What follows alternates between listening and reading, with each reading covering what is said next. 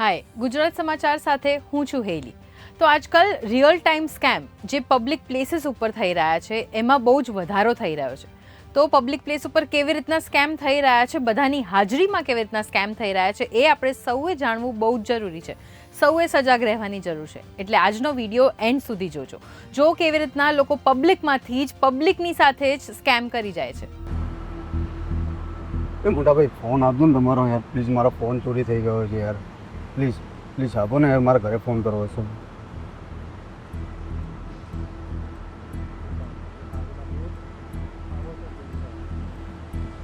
Hello, હા હું JD બોલું છું. મારો ફોન ચોરી થઈ ગયો છે અને હું આવતીકાલે માસીના ઘરે પહોંચી જઈશ. અને જેને તને ફોન ચોરી કર્યો એના બાઇકનો નંબર નોટ કર્યો તો? હા, મેં નંબર તો નોટ કર્યો છે ગાડીનો. હા, 1063. આ ભાઈ ગાડીનો નંબર નહીં પણ ઓટીપી આપી રહ્યા છે. હા, તો એક કામ કરો ને, માસીનો નંબર બી મને આપી દેજો. એકચ્યુઅલી મારી જોડે છે નહીં અત્યારે નંબર. હા, મને નંબર આપી દેજો. એક મિનિટ, તમારો ફોન આપશો? હા, બોલો નંબર. આ અમને કોલ ફોરવર્ડિંગ શરૂ કરી દીધું, જેથી કરીને હવે એમના ફોનમાં જેટલા પણ ફોન કોલ્સ આવે છે, જેટલા પણ મેસેજીસ આવે છે, બેંકના ઓટીપીઝ આવે છે, બધું હવે આ ભાઈના ફોનમાં આવશે. ઓકે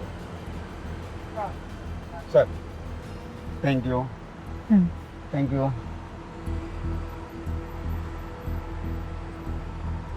કેવું નહીં? મોબાઈલ ચોરે જાય તો ખબર ના રહે માણસને.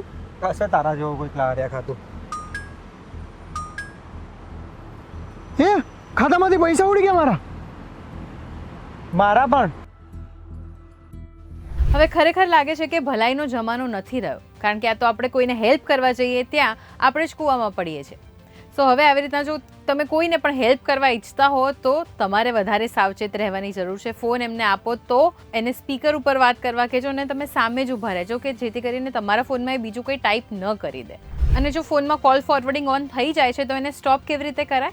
એના માટે તમારે ડાયલ પેડ પર જઈને ટાઈપ કરવાનું છે ##002#, એટલે કોલ ફોરવર્ડિંગ સ્ટોપ થઈ જશે.